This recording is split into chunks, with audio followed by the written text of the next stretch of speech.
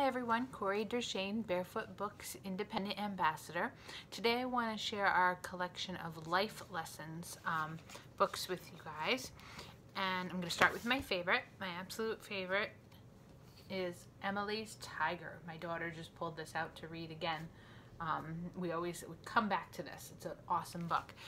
Written and illustrated by Miriam Latimer. And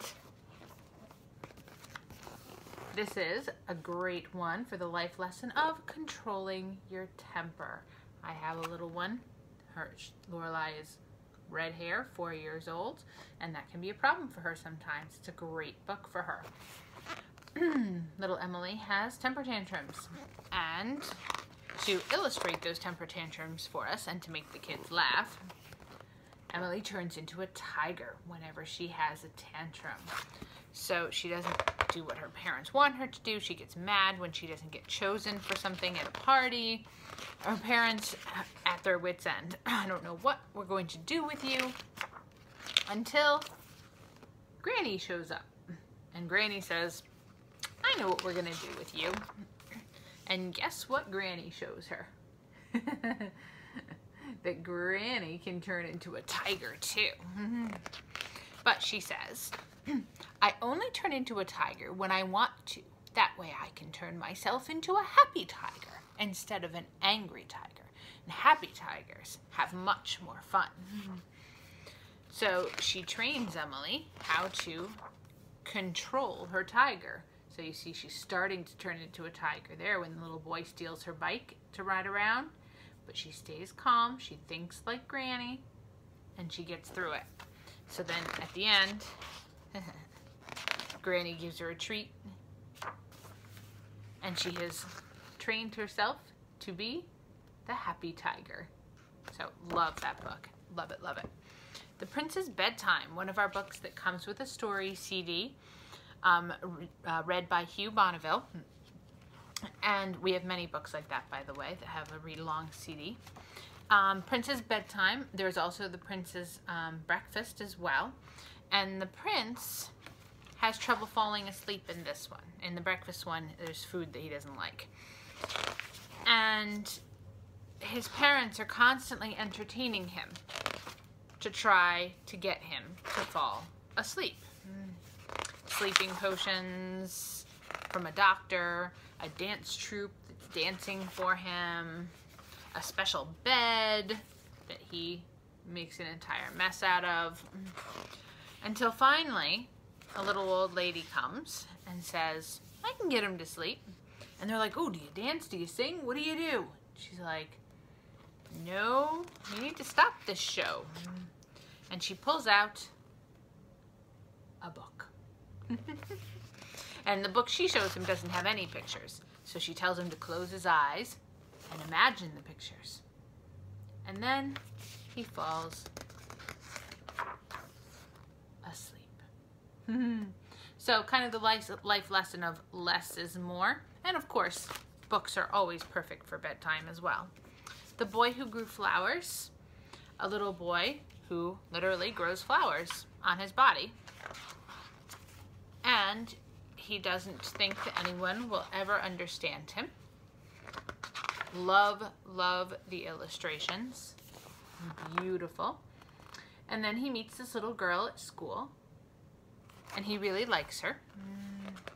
And she always wears a flower behind her ear. So he's kind of drawn to that because, of course, he grows flowers.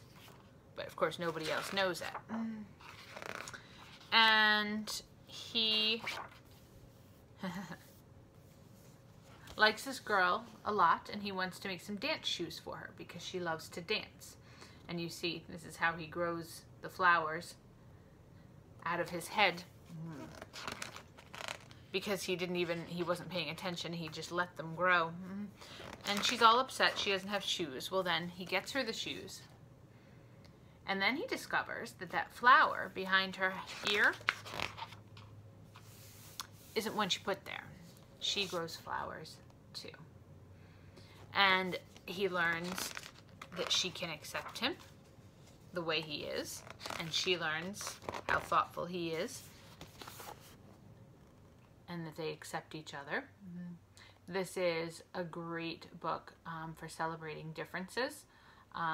For anyone who might have an autistic child or student, this is another one that can help them understand that different is different, but different can be okay, and to celebrate the fact that you can be different. So that's a beautiful one. And lastly, The Girl with a Brave Heart. Okay, it's a tale from Tehran. And this young girl has a mother and a sister who aren't so very nice. And, I'm sorry, a stepmother and a stepsister. So similar to a kind of a Cinderella tale. Anyway, she has a neighbor. And her ball one day goes into the neighbor's yard. And the neighbor says she'll give it back to her if she'll do some chores. She wants her to destroy her kitchen, cut off all of her hair, and make a mess of her garden and cut down her garden. But instead, she brushes her hair, cleans the kitchen, makes the garden beautiful, and then the old lady tells her to jump into these 2 pools when she goes out in the garden as kind of a payment. And it makes her even more beautiful than she already was. Well, the stepsister gets sent there by the stepmother. The old lady asks the stepsister to do all the same things. Well, the stepsister listens to her, and she destroys the kitchen, and she cuts her hair and all that. Well, the old lady sends her into the pools, but she sends her into the pools in the opposite way. And she comes back, and her mother doesn't recognize her because she's so changed and ugly. So what happens is that they want to know, well, why didn't Shiraz, the main character, why didn't she have that happen? She's like, well, I didn't listen to her. I listened to what she wanted me to do, not what she told me to do.